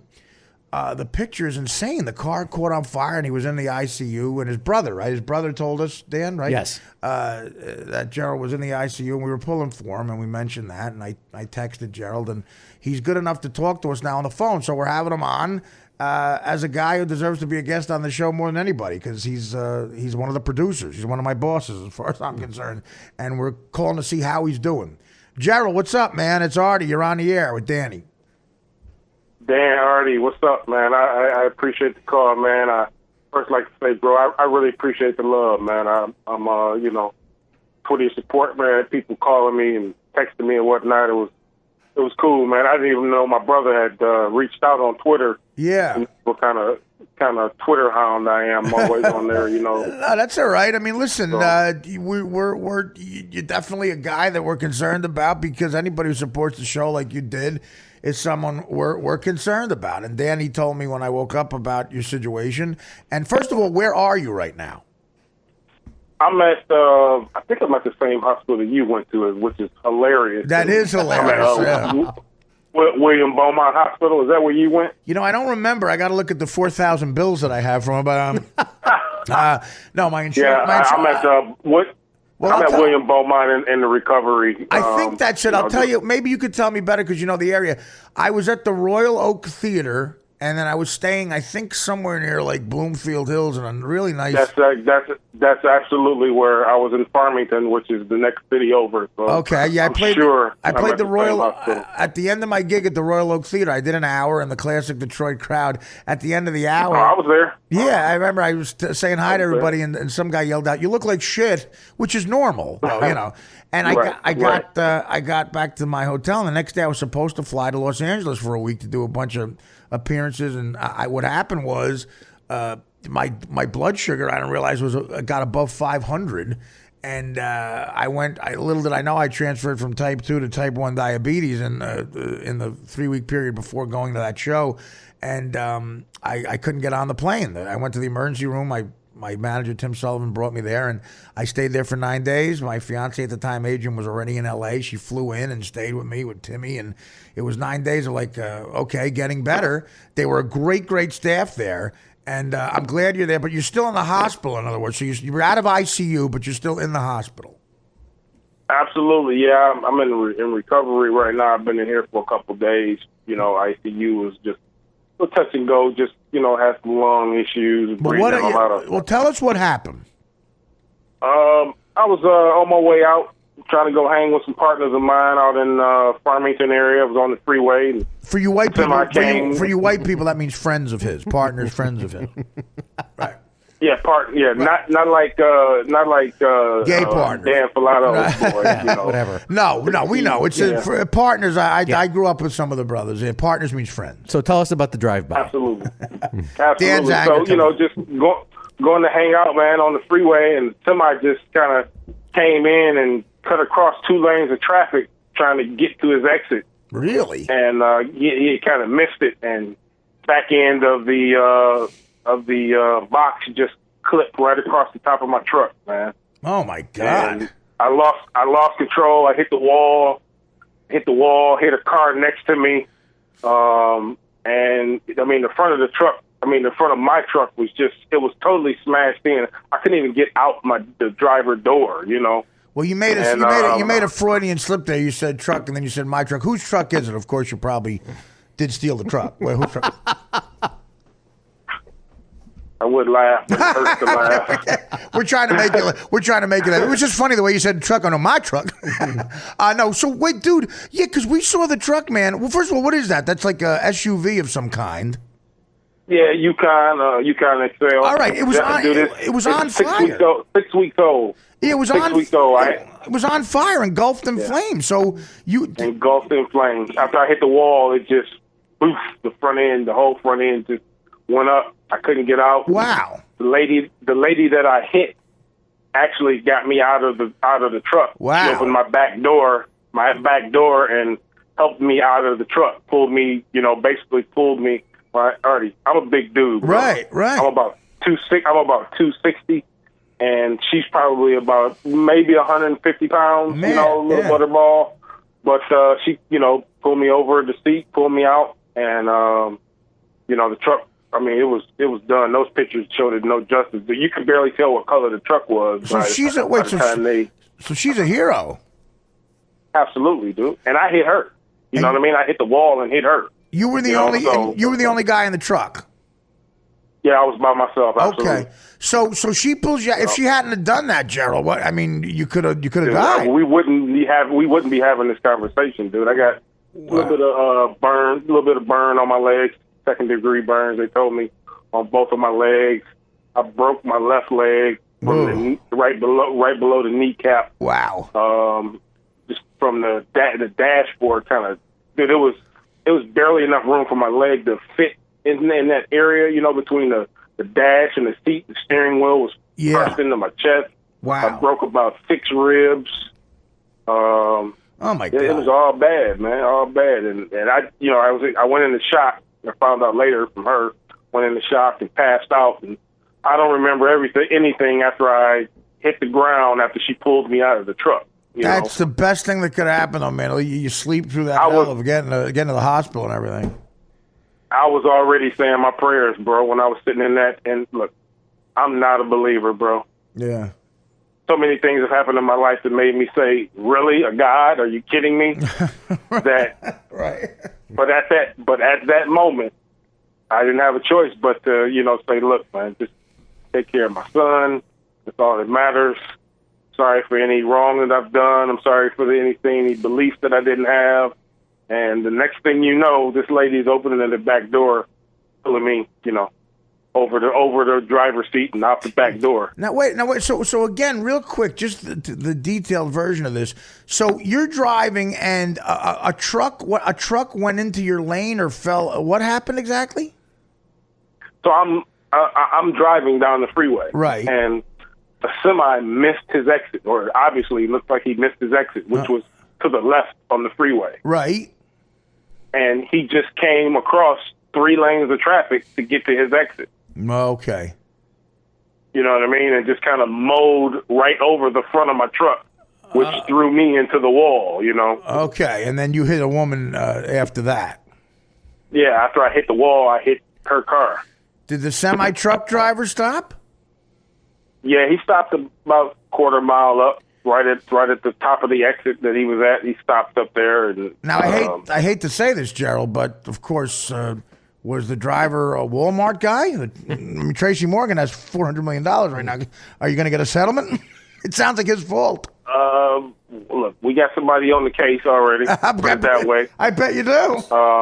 He was definitely not a Walmart driver. Well, I hope he was something of a big corporation driver. He drove for a huge company. So there is a God. Bunch of trucks on the road. You know what I mean? Yeah. So it was crazy, man. It's one of them things, bro. That I don't know. No, listen, man. It was interesting. It's a life. Nothing better than Klonopin. I can tell you that much. Now I was going to say. Now wait a minute. For the pain, the Klonopin, dude. That's for fucking pussies. What are they? You pushing off on Dilaudid? You got an IV in there? You got a morphine drip? What do you got going on? I had a morphine drip, but that shit was fucking my stomach up. It could block you. It could block your stomach. Yeah, you can't shit. Yeah, I couldn't shit, and I was throwing up, and my ribs broke. Throwing up was the worst thing ever. Oh, I've done that. Throwing up with. Oh yeah. Oh. They backed me down to the Klonopin. I mean, the Klonopin is nice. It works. I got a drip of it, so nice. I'm sure I'll be addicted when I get out of here. But dude, honestly, be careful because that is how addiction starts. You gotta, watch what you take home. But if you have a broken leg below the kneecap, that can hurt, but that'll heal. And what other injury? Just burns to my legs, same area of my legs. Third degree, second degree. What kind of burn? Second degree burns on my legs. So that's real. It's a real injury, man. You're lucky in a lot of ways, Gerald. I'm lucky in a whole lot of ways. I'm lucky I wasn't pent in the truck. Like, I couldn't get out on my own because I think shock had kind of took over. I didn't really have adrenaline was pumping, but I didn't have the wherewithal to get myself out. You know what I'm saying? Sure. So had that lady dude not been there for me to hit, this would have been totally different. You know what I mean? You guys would have been wondering where I was at. That's a good point too. Yeah, the woman, if it hadn't become a 3-car accident, no one would have been there to save you. Sure. Yeah, if I had missed her, maybe she kept going. Right. You know what I'm saying? Right. Wow. And she came to the hospital, dude. She stayed for a whole day. And she spent a whole entire day there, just making sure I was okay and white chick? Making sure my family got called and everything, White chick? Yeah. Can you fuck her? Ain't right now because motherfucker these broke ribs ain't no joke. You can't even bang with that. Look, it hurts worse than my leg being broke. You know what I mean? My leg is bent up. They giving me shots in it. I got it raised in the air, but nothing hurts worse than these fucking broke ribs. No, the broken ribs are insane. Any stomach, especially if you have to throw up afterwards. Yeah. So your brother got there, and your family got there, and your brother was, real appropriate. That's how we found out through Twitter and on the internet and stuff. We're a year apart, man. Me and my brother, we real close. He knows my life. I fuck with Twitter and the stand-ups. Right. You know what I mean? I love the fucking Artie Lane podcast. So sure, we love you. That was his reason for kind of getting on Twitter and figuring everything out and getting getting the word out, I guess, in general. Again, I didn't even realize he did it until my daughter came in with my tablet and I had all these fucking updates, that I was kind of she was showing me, And I was like, how do they know? That's what I kept saying. Like, how do they know? Everybody knows nowadays. Yeah. My brother eventually came in and told me that he had sent a few messages to folks. And kind of got some shit started between Dan and Sue, I heard. Yeah, well, please, you got to admonish Dan Filato because there was some stupid stuff on the internet where that people thought he was insulting you, which nothing could be farther from the truth. I thought it was you. You know how you contact me to be the callers on Thursday? I thought you were it was a joke because this person was on this person was on your Twitter. So I was going, and it was a private message. So I was going back and forth, and then all of a sudden realizing there were other people on there, and then I couldn't scroll up to see that it was your brother. So I understand. Yeah, I got you. Dan, I don't hold nothing against you, bro. It ain't nothing to love. Bro. You don't pirate the show to your brother, do you? Just in case. I want him. He pays for it. Okay. We don't care about that. You're allowed to do. He's a subscriber. Well, you're allowed to do that. You know what pisses me off is you start this damn contest. I've got probably about, I'm sure it's not enough to have won the contest, but I probably signed up about 20 to 30 people at my job. You know what I mean? And, right. You know, everybody listens, you know, they stand up guys, you know, like a good show, something nice and funny, kind of, you know, off the beaten path from AM radio that they usually listen to. And, you know, then you start this contest. And I'm like, well, fuck, I don't have nobody else. Everybody I know broke that, you know, that I could call and say, sign this, you know, $6 a month. But, you know, how's the contest going? Well, it ended Halloween, and we have the results here. We have the winners. But I said, Gerald, you know, especially after this, and after knowing that, you know, you were, like we call you, an OG, and you signed some people up. When you get done, I want to take you here. I want to get you a flight. You come to New York and come on the podcast one day, and I'll bring you around the comedy clubs in New York one night. I'll show you the cellar and stuff, and we'll have some fun. Yeah, we'll get a meal, and it'll be my gift to you for first of all being so loyal. Second of all, you know, going through what you're going through, and when you're ready, let me know, and we'll get you a ticket out here. You could sit in live on the show one day, and I'll take you around the New York comedy club scene, the legendary Comedy Cellar, and every place I usually play with the guys there, and you'll see the scene because you want to become a comic, and we'll have some fun. We'll get a meal too. Does that sound good? That sounds excellent, bro. Man, I couldn't. Wow, dude, I'm not gonna fucking cry because that would probably hurt my fucking ribs too. But yeah, no, it's dude, that's excellent, bro. I appreciate that, Art. I really do, bro. No, it's definitely. I mean, you can't stay in my building because there's rules, but we will have. Nah, I'm sorry. No, I'm sorry. You know, dude. Of course, I'm kidding. You know, there's when a storm is here, the maintenance guys stay. And,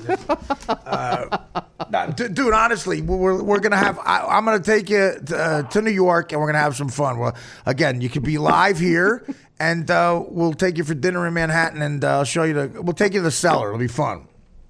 I appreciate that, man. They say I got some rehab in front of me. Yeah. You know, so we'll get together. Like you said, I'll let you know when that time comes, and I appreciate that, man. I'm gonna have a ball. That's gonna be really fun. All right. Well, you know what? While you're on the phone, it's good. It's appropriate. We're going to give right now. We're going to announce the winners. Yeah, you were with 20 people. You would have been, you know, not sort of close to winning, but that's definitely a respectable number, and we respect it. But you know, like Absolutely. I say, we're going to get you a trip anyway. Number 3. Okay, we have the real names of the people and their, I guess their Twitter name. Is that what this is? Their Twitter name? Yeah. And we don't have permission yet officially to give their full name, so we'll just say the Twitter name for now. When they give their permission, we'll say the regular name. But in the number 3 spot, now again, here's what I say about the number 3 spot. The number 3 spot was supposed to be just $1,000 in cash. If this person wants to make it a situation where instead of that they get a trip here and come on the podcast, we will do it that way, because I find a lot of people who are big fans would rather have the trip than the cash. Absolutely. So okay, Absolutely. But at number 3, with officially now $1,000 in cash or a trip here once we talk to them, with 59 signups. Again, that it's very hard to get people to officially sign up. They got to commit to 3 months, which is hard to do. So 59 people ain't bad. Is a JD's Purdue, JDS, and then PURDUE at yahoo.com. JDS Purdue like the college or the chicken Purdue. You win the 3rd prize, buddy. So again, when we contact you, it's $1,000 or a trip here. With 59 people. At 2nd place, with 110 people signed up for an average, they got to commit to 3 months. And again, with the 3-month thing, it helps us out. I want to thank you guys. You made the contest worthwhile. With everybody combined, we definitely signed up enough people to cover more than the cost of the contest. We made some money, and we got, more importantly, publicity. It's not the money. We got publicity for the podcast. Sure. Number 2 is the guy everyone knows as Stern Fan Nation. He's a good guy. I know this guy personally, and again, I think people know his first name, but I'm not gonna give it out until he tells us for sure. Stern Fan Nation had 110 people at AOL.com. The guy who won and came out of nowhere because Stern Fan Nation was ahead at number 1. And again, number 2, you get $1,000 and a trip here. That's guaranteed. 1,000 and the trip. At number 1 with $3,000 and a trip to the podcast, with 118 people signed up for 3 months, committed to 3 months, is a guy named W1 SEMAN Publishing, gmail.com. Now, I'm looking at this. I'm praying this is not a joke because it's W1 Seaman Publishing. That's how you would say W1 Seaman Publishing. So there is a disgusting sex reference in the first. The guy who's in first place. I hope it's not a joke. 118, because if it's a joke, we go to Stern Fan Nation. But you beat Stern Fan Nation by 8 people. W1. 8 people. Wow. Well, it's not a joke because all the credit cards went through. All the credit cards did go through, and we don't have this guy's real name is not even he. Oh wait. Okay, we see the username. It's an Italian name, I believe. 2 Italian names for 1 and 2. Okay, so you win with 100, and we will, by tomorrow, we will have contacted these people. We're going to try to have them on the phone, and congratulations. I want to say this, at number 4 is the guy from marksfriggin.com. Now, Mark is a guy I've known forever. He's a big Stern fan. And he is famous on marksfriggin.com for giving recaps of the Stern Show. He gives you the whole thing. And before the days of Sirius, that was really valuable. Detailed recaps of it. And Mark is a good guy. He's come to a lot of my gigs. He had 51 people. 59 was number 3. Mark had 51. Wow. But Mark, again, all the years I've known him, he hasn't been up here. Mark is local. So if Mark wants to drive here one day, any day he wants, I'd like to have him come up and be a guest on the podcast. I'd like to interview him anyway, because of what he does with the Stern Show. But it's good to say that Mark was number 4 at 51. And if somebody has to drop out here or is disqualified, Mark will go in. So Mark's Friggin, J.S. Purdue is number 3, Stern Fan Nation number 2, and number 1, WN SEMAN Publishing at gmail.com. 118, 110, 59, and 51 are the respective numbers. Congratulations, guys. Thanks for making the contest a big deal. With all that stuff and the different people who had like in the 40s, the 30s, the 50s, this was a major success, the contest, and we really appreciate that and the publicity it got, because a bunch of people, when this was announced, told their friends, and people signed up anyway. And it was a big deal for us. So you fans are loyal, and we appreciate it. One of the loyalist of fans, arguably the loyalist of fans, is on the phone, Gerald from Detroit. Gerald, listen, man, me and Danny and everybody here that works here, so happy you're okay. When you get better, a trip to New York is on me, brother. We'll take you by the Comedy Cellar because you're an aspiring comic. Get you some New York food, and we'll take care of you. But until then, get better and keep us posted. We'll talk to you again soon, all right? Absolutely. All right, I appreciate it. Dan, I appreciate it, y'all. All right. And glad you're well, Gerald. Try to bang that chick who saved you and marry her. That's a great story. What a great media story that is. And it'll help a lot with interracial people, relationships. Gerald, thanks, buddy. Take care. Get some Klonopin in and get some sleep. Very good. All right, I appreciate the call, man. Dan, thanks for everything. You got it, buddy. Be well. And say hi to your brother. He's a good guy. Later on. Later. All right, there you go. Gerald, a lot of fan news today with the contest and Gerald. Actually, after seeing that car in flames, I'm glad I saw the car after I knew Gerald was okay, because just seeing it, not knowing, man, I guess the picture ended up on the internet somehow, because everything does, but he's lucky. He's a lucky guy, so God bless you, Gerald from Detroit. And thank you guys who participated in this contest. I didn't know Mark Friggin was in it, but... actually, I'm glad a friend of mine didn't end up in the top 3. I would have caught a bunch of shit. Somebody on Twitter misinterpreted Dan's promotion for the show today. I think he thought Russ Maneve or Geno won the contest. They didn't. Dan just lumped in the plug with the winner. I didn't put a comment. I think I ran out of space. I took a comma out. The day of 140 characters is very difficult. Okay, so Mark's Friggin will again contact with me. We talk sometimes, but I want you to know, Mark, even though you were number 4 and just 8 behind the 3rd spot, you're local. So drive up here one day and please sit in and we'll talk. And as far as JD S. Purdue at yahoo.com, Stern Fan Nation at AOL.com, and W1 SEMAN Publishing at gmail.com. Thank you so much. You're our winners. And guess what? You all get the right to take care and brush your own hair on the Artie Lang Show. Thanks to Geno Bisconti, Russ Maneve, Dan Filato, Rick Steves, and of course myself. I want to give this big plug here. For the second year in a couple of years, I think the second year out of 3 years, I'm going to do something called Laugh for Sight. It's for a charity that supports the blind.